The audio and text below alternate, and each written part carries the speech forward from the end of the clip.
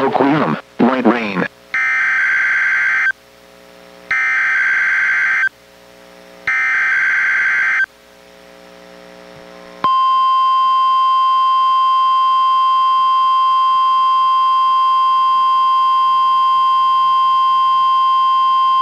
This is the National Weather Service office in Portland, Oregon.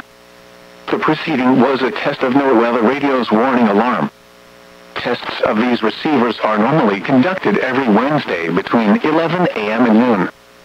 If there is a threat of severe weather on the day of the test, it will be postponed until the following week. This concludes this test. We now return to our regular programming.